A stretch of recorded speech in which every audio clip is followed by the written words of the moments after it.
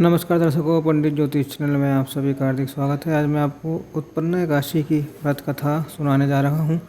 Video पूरा अंत तक देखिए एवं वीडियो देखने से पहले आप हमारे चैनल को सब्सक्राइब कीजिए, वीडियो लाइक कीजिए।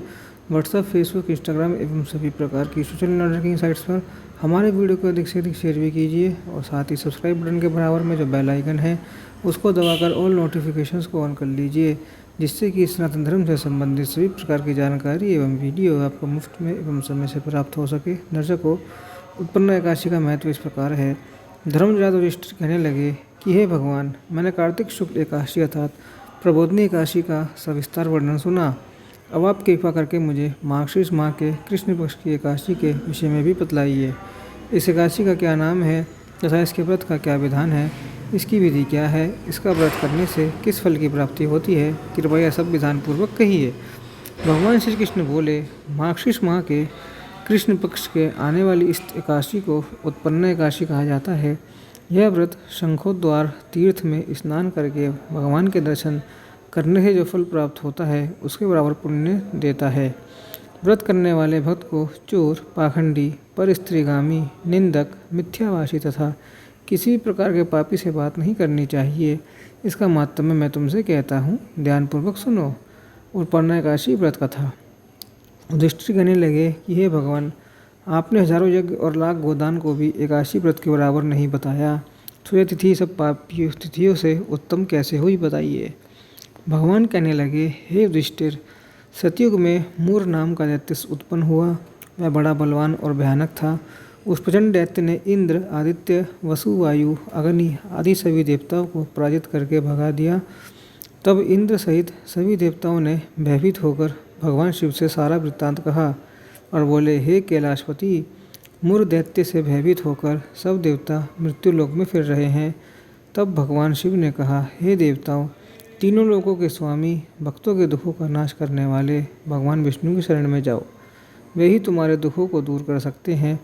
शिवजी के ऐसे वचन सुनकर सभी देवता क्षीर सागर में पहुँचे।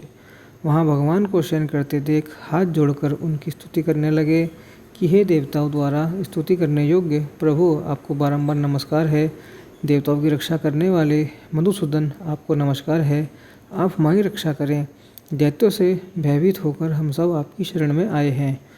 अब इस प्रकार के कर्ता, माता पिता, उत्पत्ति और पालनकर्ता और संहार करने वाले हैं, सबको शांति प्रदान करने वाले हैं। आकाश और पाताल भी आप ही हैं। सबके पितामह ब्रह्म, सूर्य, इंद्र, चंद्र, अग्नि, सामग्री, होम, आहुति, मंत्र, तंत्र, जप, यजमान, यज्ञ, कर्म, कर्ता, भोक्ता भी आप ही हैं। आप सर्वव्यापक हैं। आपके सिवा तीनों लोकों में चर तथा अचर कुछ भी नहीं है। हे भगवान, दैत्यों ने हमको जीत कर स्वर्ग से भ्रष्ट कर दिया है और हम सब देवता इधर उधर भागे फिर रहे हैं। आप उन दैत्यों से हम सबकी रक्षा करें। इंद्र के ऐसे वचन सुनकर भगवान विष्णु कहने लगे कि हे इंद्र, ऐसा मायावी दैत्य कौन है जिसने सब देवताओं को जीत लिया है? उसका नाम क्या है? उसमें कितना बल है और किसके आश्रय में है तथा उसका स्थान कहाँ है? यह सब मुझसे कहो। भगवान के ऐसे वचन सुनकर इंद्र बोले, भगवान, प्राचीन समय में एक नड़ीजंग नामक राक्षस था। उसके महापराक्रमी और लोक विख्यात मूर नाम का एक पुत्र था।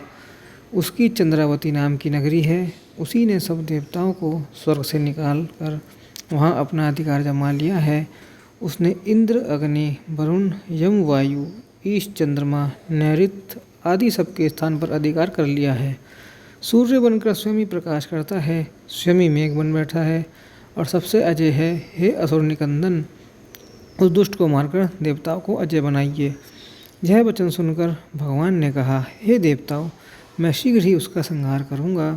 तुम चंद्रावती नगरी जाओ। इस प्रकार कहकर भगवान सहित सभी देवताओं ने चंद्रावती नगरी की ओर प्रस्थान किया। उस समय जब दैत्य मूर सेना सहित युद्ध भूमि में गरज रहा था, उसकी भयानक गर्जना सुनकर सभी देवता भय के मारे चारों दिशाओं में भागने लगे। जब स्वयं भगवान रणभूमि में आए तो दैत्य उन पर भी अस्त्र शस्त्र आयुध लेकर दौड़े। भगवान ने उन्हें सर्प के समान अपने बाणों से बींध डाला। बहुत से दैत्य मारे गए, केवल मूर बचा रहा।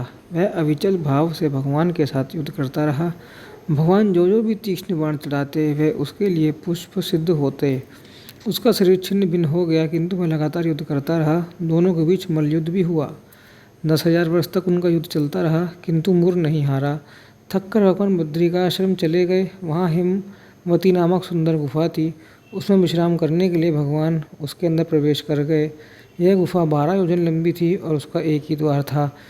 विष्णु भगवान वहाँ योग निद्रा की गोद में सो गए। मोर भी पीछे पीछे आ गया। भगवान को सोया देखकर मारने को उद्यत हुआ। तभी भगवान के शरीर से उज्ज्वल कांति में रूप वाली देवी प्रकट हुई। देवी ने राक्षस मोर को ललकारा, युद्ध किया और उसे तत्काल मौत के घाट उतार दिया। श्रीहरि जब योग निद्रा में थे तो सब बातों को जानकर उस देवी से कहा कि आपका जन्म एकादशी के दिन हुआ है, अतः आप उत्पन्न एकादशी के नाम से पूजित होंगी। आपके भक्त वही होंगे जो मेरे भक्त हैं। बोलो श्री सत्यनारायण भगवान की जय। ओम नमो नारायणाय। ओम नमो भगवते वासुदेवाय। इस प्रकार उत्पन्न एकादशी प्रथा संपूर्ण हुई।